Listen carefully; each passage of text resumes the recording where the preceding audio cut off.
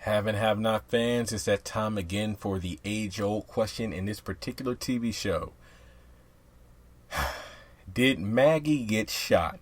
Now, hear me out. I know you're probably thinking it's a no-brainer, she's dead. She literally was standing right there, the gunman was there, she opened the door, pow pow, that's it, she's dead, right? Now, I rewatched the episode because, again, people ask me this all the time, how I come up with these theories.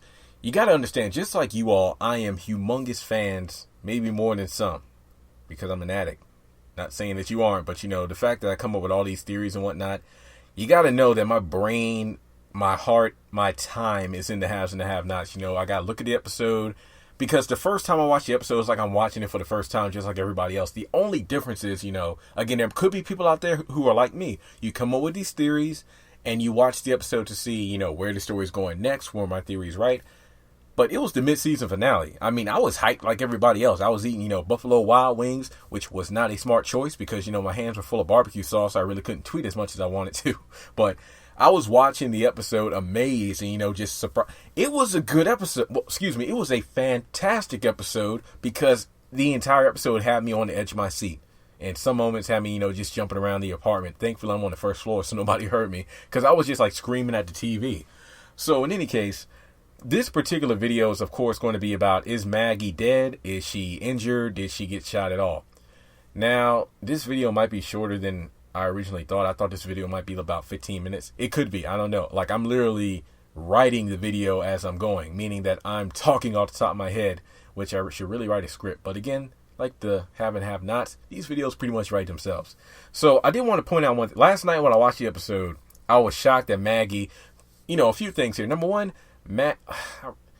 Allison, she knows I like her. Awesome Twitter follower. We talk a lot. Fantastic actress, model, whole package. Maggie Day. I've said this time and time again. I just don't like what they did with her this season because she's been a great character so far. She went from being a secondary character as a campaign manager to David's potential love interest to the person who was going to not drive a wedge because it was already there, but in the Harrington marriage. And she's been so fantastic up to this point, just brilliant. And all of a sudden, emotions just clouded her judgment. She posted that story, and now everything's blew up in her face because when your right-hand man, Landon, or if you have a partner, right-hand man, your buddy, whatever, if your buddy is calling you out for doing something stupid, to stop. It makes no sense. Because Landon said, are you sure they're going to come after you? She did it anyway. She's full of regret because she finally had sex with David. Lucky man. And then after that, I don't know. She took the morning after pill, almost like an Amanda situation after she got raped by Candace. She was supposedly with child. We don't know. What if Maggie did die? We don't know if she took that morning after pill. It makes you speculate, right? Because David said that, hey, if you lie to me about not knowing about my wife in the photo, then I don't want to talk to you ever again. Maggie pretty much lied to his face. He found out the truth, pissed off, and Maggie's up in her office crying, she's just done. It makes me wonder how an intelligent character, okay, think about it. Now you post a photo in a fake story, blog, newspaper, national news, about what's going on between, the hit and run incident where Veronica and Jim conspired together, and next thing you know, Veronica's in a compromising position with a young man.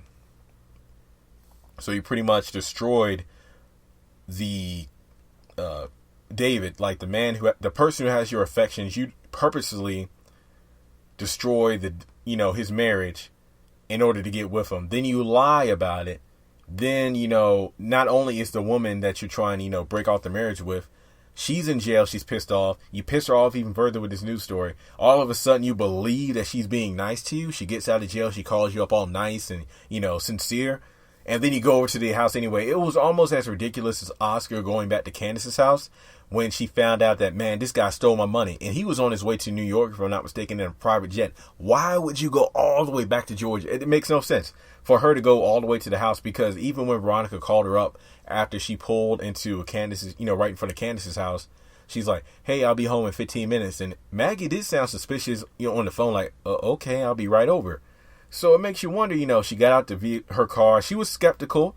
I mean, but you see Veronica out there smiling and waving outside with a cop. Wonder why she didn't put two and two together there. So for her to go to the front door and then she makes eye contact with the shooter, and then that's it. It's just like season 2 when, you know, you have Amanda running around the house, that cackling laugh that literally gave me nightmares for 2 weeks when I first saw the episode. And now, you know, the screen went black. We don't know what happened.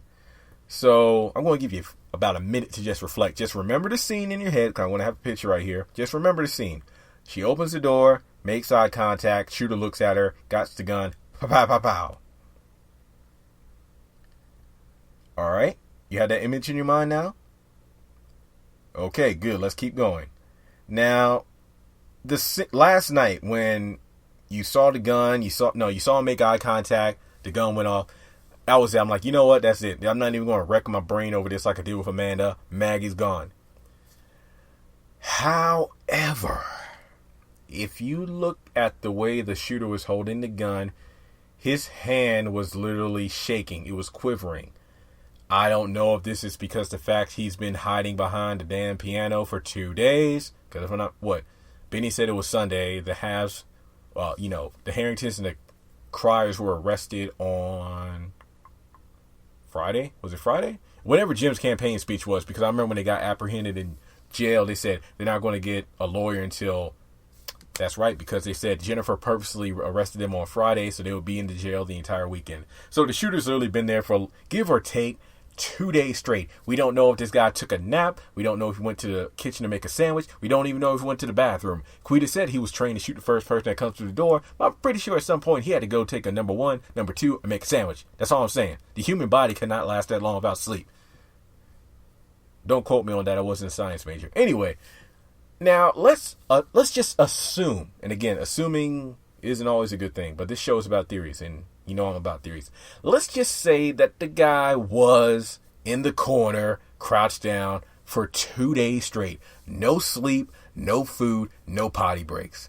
Now, if you were in that position, number 1, your darn legs will fall asleep. I bet when the guy heard Veronica pull up, he was happy as heck to get up. He was like, oh, finally, I can stretch my legs. Then he just hobbled over to the front door and he said, oh, my leg fell asleep. Oh, hope my hand ain't asleep, because I got to point this gun. So he hears the door open up, unlock, and then he got the gun cocked back ready. So, imagine, no sleep, no food, no bathroom breaks. Like, you're staggering, you're trying to just shoot somebody. It's like, well, it's about time somebody came. Let me shoot her ass and they'll go get this money. And then take a nap. Now, again, we're just assuming here. Maggie's opened up the door. I'm pretty sure he realizes what Veronica Harrington looked like. I would like to think he does, because, again, if he shot somebody that wasn't Veronica, that means he has to do something with the body, because if Veronica shows up and sees a dead body, pretty sure she's not going into the house, meaning that his job, he doesn't get paid for shooting a person who ain't Veronica. That's all I'm saying. Now, if you look at the gun just shaking and whatnot when he fires the gun, it could have been a misfire. I will admit it does look suspect. We don't know if Maggie had time to die. Again, this shooter could have been disoriented from being in the same position for so long. I mean, it is likely. Now, if the shooter was in that position, he wasn't fully aware of his surroundings. Again, he was like wobbly. His arm was shaking. It could have been a misfire. That's when the cop can realize what's happening and go after him. I'm not making up excuses here, because, again, it would be easy for me to say, okay, Maggie opened the door, the gun was right there, she got shot, in the story. But there is reasonable evidence to suspect that Maggie isn't dead, or it was a misfire. Either he missed, or she did get shot but not in a fatal position. Because you got to think about it. Yeah, Amanda shot herself. It was up to speculation who got shot because she was running between the rooms, but the gun was pointed at her head. Candace had the gun pointed at her head by the Malones. And if you read the theory, which I will have a link to my blog where I said, did Candace get shot? And it turns out I was right. It was all in her mind, because the sound of a shooting gun was enough to have a mental impact, so she falls over. Trust me, read the blog. It's really good. I covered everything in there. So there is reasonable doubt to suspect that Maggie was shot. That's all I'm saying. If she got shot and she's dead, it wouldn't surprise me, because technically speaking, her character kind of died off already at the beginning of the season when she posted the story. That's all I'm saying. If it was a misfire, she got injured, that could be something else. because David pretty much threatened Jim's life, saying that if anything happened to my wife, I'm coming in that jail cell to kill you. Then you had the picture John Snyder posted a while back where he has the stubble like he has now, and then some, black eyes. So David pretty much got their address from Oscar and ran after her. So I don't know if this means that I don't think that David would beat up Jim or get in a fight with Jim over Maggie, but probably over the fact that there was a hitman at Veronica's house that was meant for his wife. So I don't know if they get in a fight over that. I'm just saying that this was a good cliffhanger ending, but as I said in my predictions video, I would say one of my favorite parts, or the part of the episode I was most looking forward to that was really good, was the Hannah and Candace part. But I'll talk more about that in my review of the episode. So again, let me know in the comment section, do you think Maggie got shot? Was it a misfire? Do you think she's dead? So please like, subscribe, share with your friends. And again, even though the show is on hiatus, that does not mean we don't have to keep talking about the show, because I plan on making these videos as much as I can, because again, I don't work for OWN TV. I'm just a fan like everybody else. It would be cool to work for OWN. So have and have not cast members, Tyler Perry, Oprah, if you're listening to this video, just remember, guy, trying to keep the hype up for you. Just saying. Well, with that being said, again, let me know your thoughts in the comment section below, and I will see you all in the next video.